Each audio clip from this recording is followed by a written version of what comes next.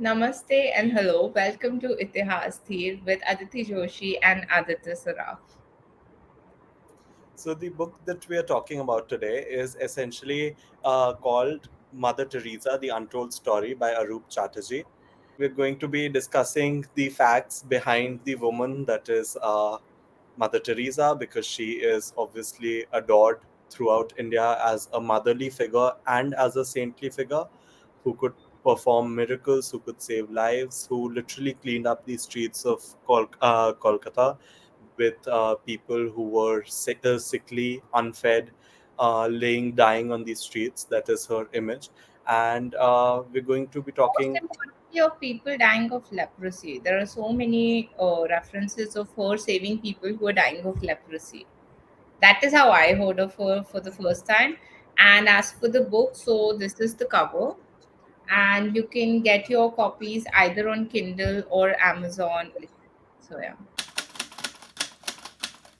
how did you come to know about the book, if any? Okay, so first of all, Mother Teresa. There's a very interesting story. When I was studying at my school in Dehradun, we had this random test that was supposed to be, I don't know, emotional test of sorts or whatever. And they gave us 4 to 5 options, and we had to choose which one of them would we like to be. And they gave us the option of being the Nightingale of India, that was Sarojini Naidu. They gave us Mother Teresa. They gave us Alexander the Great. Being at that age, I obviously selected Alexander the Great. I was like, let's conquer the world. And I came out and I told this to my mom, and she, visibly looking disappointed, being somewhat of a Bengali herself, was like, that is so very disappointing. You should have chosen Mother Teresa. You would have saved lakhs upon lakhs of lives. And from that kind of a mindset, you're indoctrinated like that into the school system, right? So from that mindset to, well, actually, I think Jay Sai Deepak on his page recommended this book So in one of that's his how I came across recommendations. this book. I That is read this because this is amongst the first recommendations by JSI Deepak. And he right. was like, anyone who wants to start from the very basic levels, and I get it why he recommended this book. Now, at many places, I found the book to be a little bit repetitive, but I feel for someone who's very new to the whole system of it, like you and I both, we have read multiple writings on all of this. We know about how the missionary system works, but there are so many people, specifically the young kids who are just coming out of college and or going to college, and they do not know this. Like for them this is still like something, "Arey, nahi, nahi." It's, they don't understand the whole dynamics and the whole chemistry of how this works. So I feel that the repetitive what I found repetitive, I feel it's going to be a good point for people who are very unaware about all these things, or who are very new to this whole movement of awareness, as I would like to call it.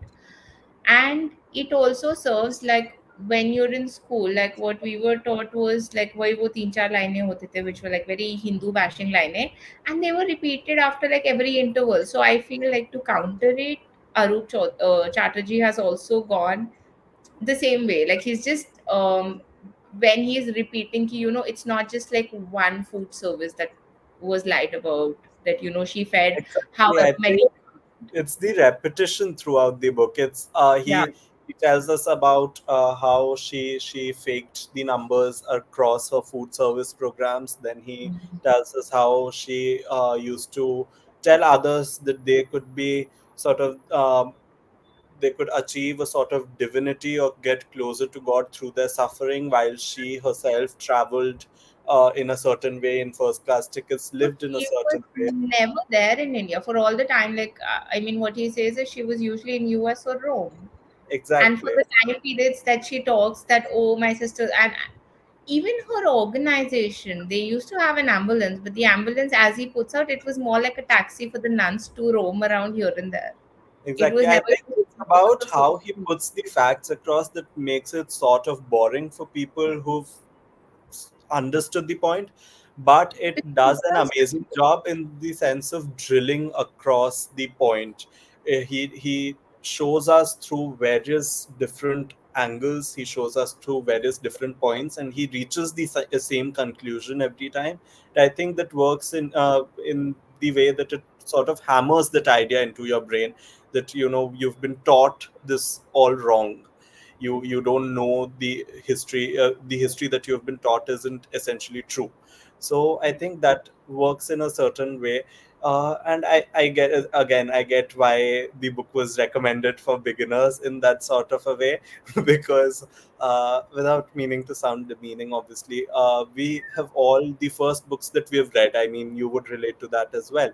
The time that we come out of the Indian education system and then we start doing independent reading, and the first books that we read, it is almost, you don't believe what is being said, right? Because they give you a fact, or they give you two facts, and then one fact or two facts are just very easy to brush aside, because you have that sort of, I don't know, 18 years of education piled on top of you, and you cannot get out of that zone with just a fact or two.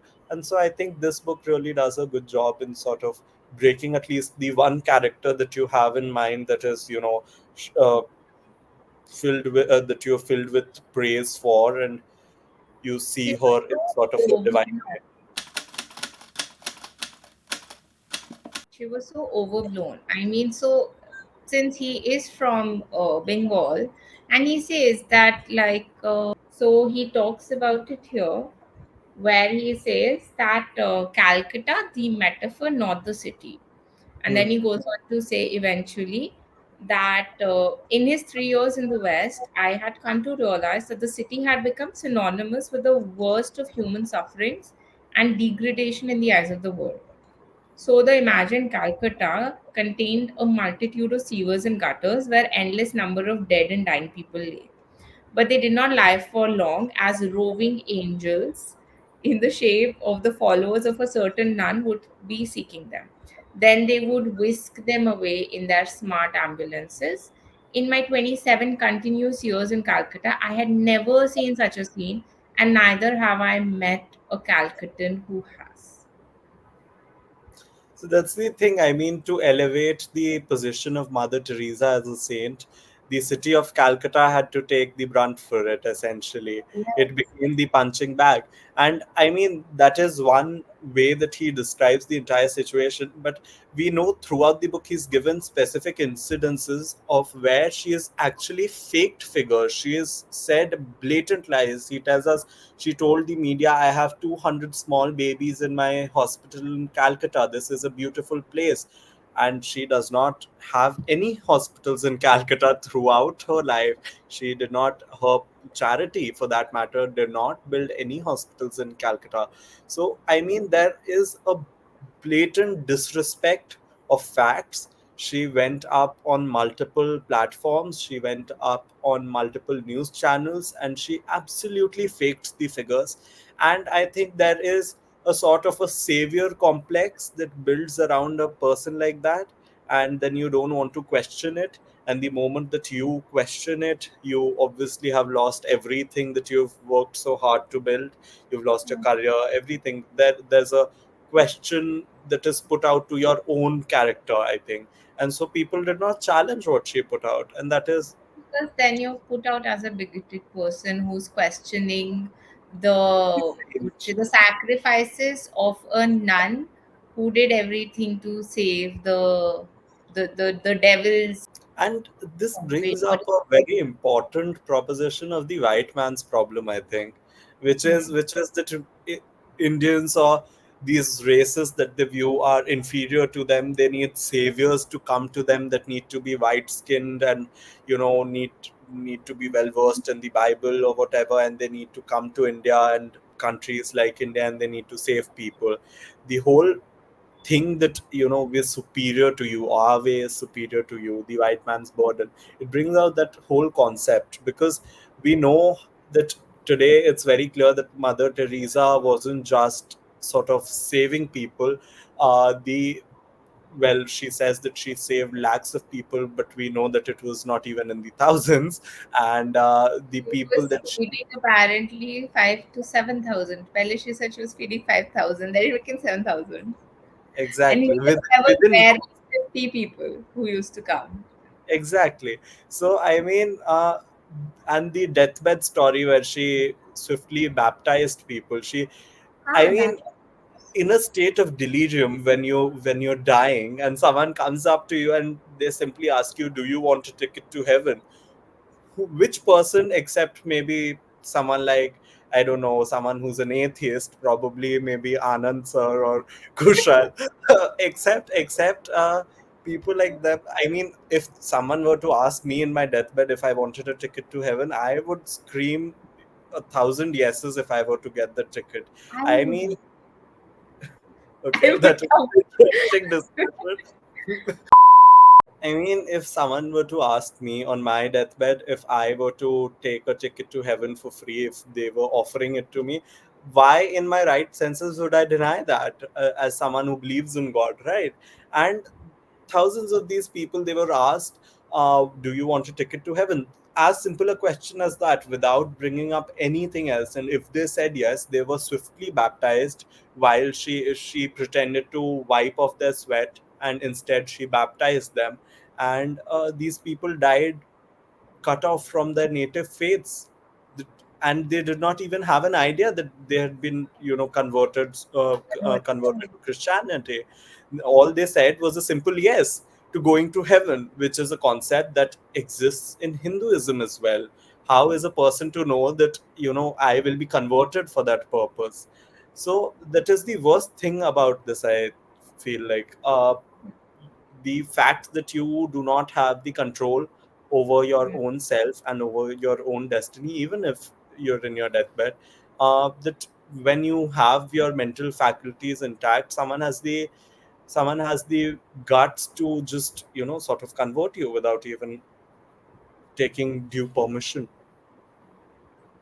I think she just used to take the delirious yes as the due permission that she needed because she was like a little gangster. So, as kids, I'll tell you, I'm a 94. I don't know. Do I come in the boomer category? I don't know. I But think you come in the prehistoric dinosaur category, Aditi. so But sure, as a you can say Gen X, I think. Gen X, Gen Y. as a 90s kid, I'm just saying, I'm just gonna go ahead with that.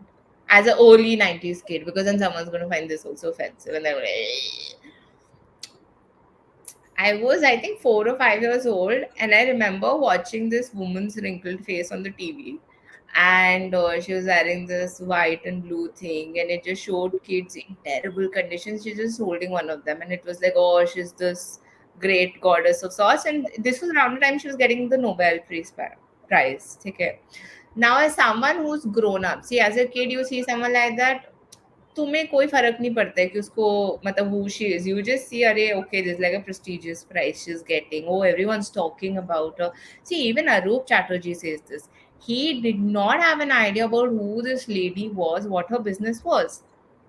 He came to know of her business when he went to UK, and everyone was like, "Arey, Calcutta, oh, poor beggars."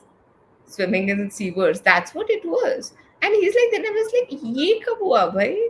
What was this? And then he went back and he's recorded the whole thing. He's given examples of where Exactly. these things were put out by these Western news agencies and how they just blew her into this, oh, little angel trying to. And the worst part is if you try negating it, or if I have this conversation with someone who doesn't understand what this is all about. They'll be like, oh, yeah, your head is full of garbage. No one wants to. Hindutvadi agenda, they call it nowadays. Hindutvadi agenda, I think they'll call it. No one wants to. Anything you talk logical, nahi, you are a bigot. Arre, you are a So, bigot, dumbass. So yeah. See, it talks about this. Oh, perfect. I found that exact verse. Sorry, I'll just see. He says this.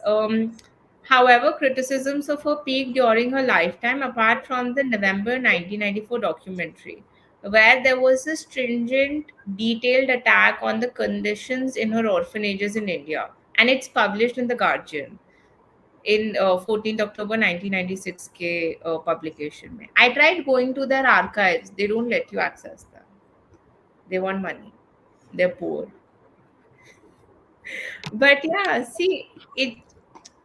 So the funny part is that the very media houses that used to blow her up were also the ones that used to bring her down. That I think that happens with everyone. The people that you support, as soon as you see the ship going the other way, you immediately try to turn around and salvage your own reputation. But I think the important point here is the kind of absolute back lobbying that goes on for prizes like the Nobel that has been shown through the book. We've been shown how exactly people campaigned for her to get the Nobel. We see how news media houses were used for this purposes. I mean, Aroop writes this. Reuters circulated a photo that appeared in the world media on 5th December 1996. It showed street children in Calcutta praying for Mother Teresa's recovery after her third angioplasty. A similar photo was again put out by Reuters, and he very beautifully he says both pictures had children grasping huge portraits of the nun, beautifully mounted and framed. Did it not occur to the journalist that poor children do not carry expensive framed photos of old women unless they're paid to do so? So I mean, he, How although very sassily, he puts the point across very well. yeah. But see, that's where I think one of the things that irked me and I liked as well was the repetitiveness. Because see, the thing is, because it was so repetitive, I do know the facts on my fingertips. Because by the end of it, I was like, yes, I know this. I read this. So it's and how she used to be like कौन सा था वो? Which one was it? Was it the Chinmay mission that they had mentioned? He has mentioned no कि like they used to come forward to help Yeah, जब भी yeah. floods and all out, and her charity was nowhere to be seen. I And think stuff. But in spite of all the bitching and everything that goes around, which one of us would not cheer if someone we know or we would want were to get a Nobel Prize? that's true.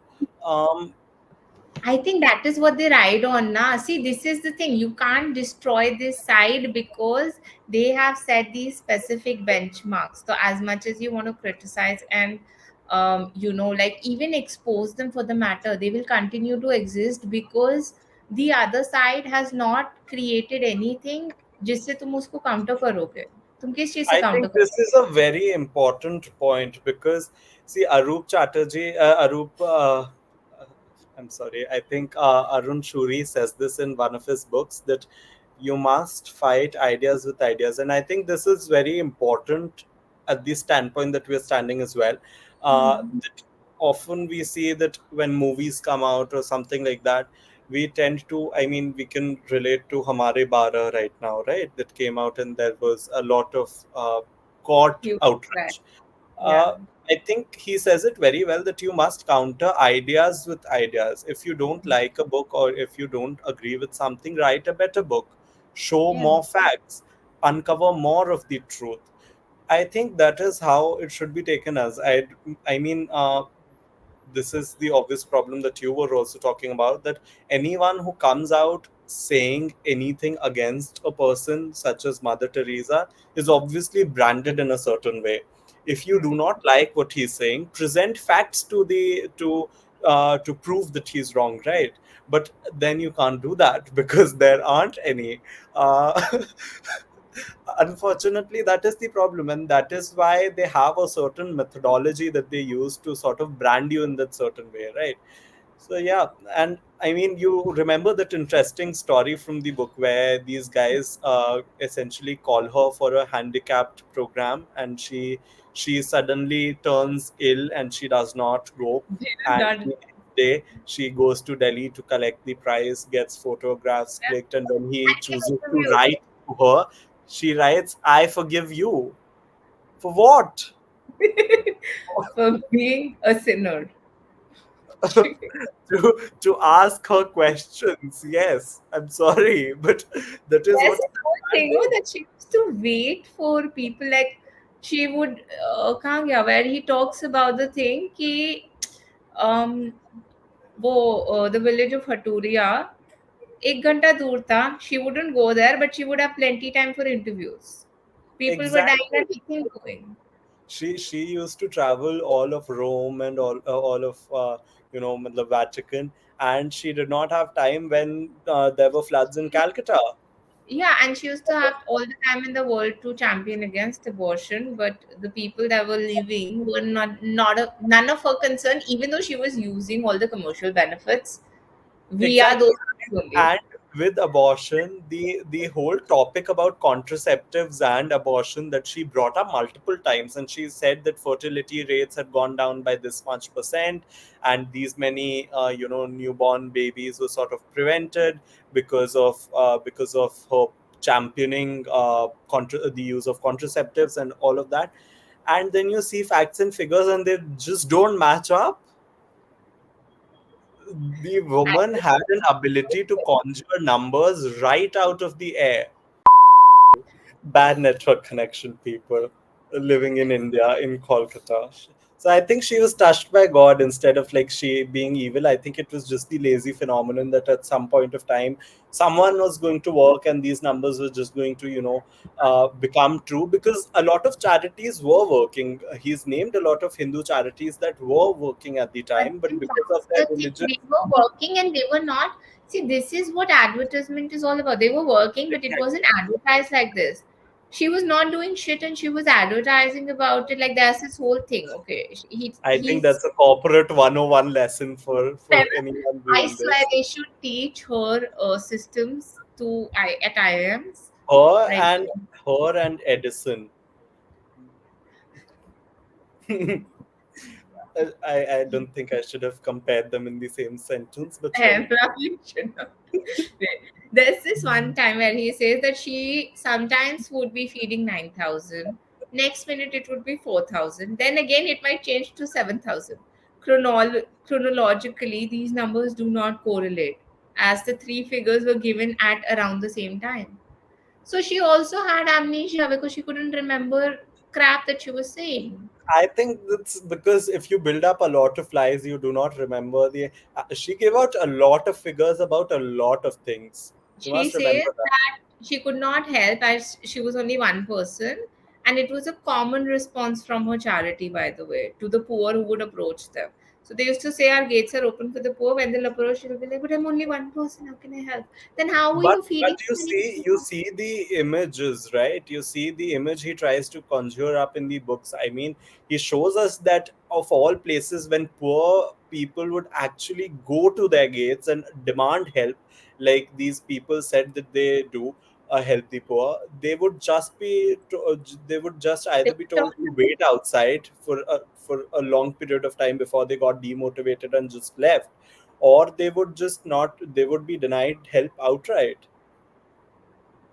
even when they used to go for the food kitchens and all of that, there was a stamping thing, and who was getting that food? No one. He was like, there were barely 50 people being Hmm. fed daily, and that used to include the staff. No wonder they were okay. Yeah. So that was majorly the staff. I think we have gone in a very Aroop Chatterjee fashion, which is a sort of a flattering thing, I think, because we We are that began by saying that his book is repetitive and it is necessary, and here is our first episode being repetitive and necessary. So I think it's an important, it's a brilliant thing. It's But I feel my takeaway from this would be that we need to find counter agencies to all these global platforms. We have to find. I don't know how long this is going to take. I don't know, like what.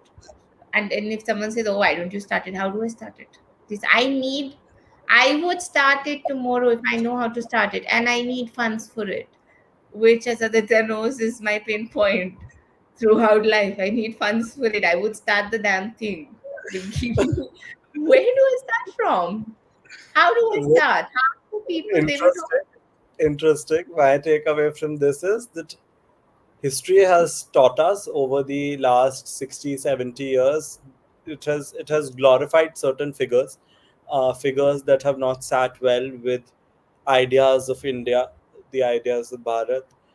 figures that we have glorified, who do not sit well with our civilization, who have actually not worked for but against the civilization in many ways, just like Mother Teresa sort of demonized the very figure of Kolkata as a city.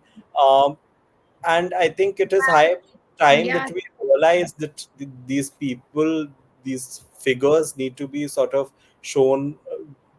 These figures need to face the truth, even retrospectively, posthumously. They need to be totally exhumed with all the facts. And yeah, so I think that is the most important takeaway, that you can build a shrine for whoever you want, but at the end, truth will prevail and facts will come out. I don't have a problem. Build shrines, but put the facts as it is. There was this one thing, no, where I think Anand Rangnathan had only said that I want you should have shrines for every damn person you want, but then write the actual things that they have done so that the person who's coming there reads it, and then if you're choosing to worship that person, literally shame on you. Or maybe if you are that devious, then like no one can help you. You're a sinner. I think this is important. If people are coming to worship, it should be of their own I'm violation not after being saying, in possession of all of the facts. see, I'm not even going to go ahead and say, कि अरे हाँ ठीक है, take away her sainthood and all that, because I know people are going to come for my throat if I say something like that, or if anyone says something like that. But I'm saying when you're presenting it, then just say that no, she just fed like 1/100 of the figures that she talks about. Give her a peace prize for that. Don't blow it out of proportion, because see, it's not just Kolkata. Then it's Kolkata as a city, but then it's India as a whole. Because again, the whole thing, that whole Slumdog Millionaire thing also, na. I think that's it's, Hmm. that we are just like all of us are floating in gutters, and you know that's our waterway system. I think this sort of brings us to the end of our rant slash book discussion. So the book, Discussion of the Untold Story, Mother Teresa by Aroop Chatterjee, and the rant is against Mother Teresa, not the book. Let's be very clear about yes. it. I don't want someone putting it And out. we absolutely recommend the book. I think I would personally give it Yeah. a 8 out of 10, probably, because it brings out all the damn facts that you need to know.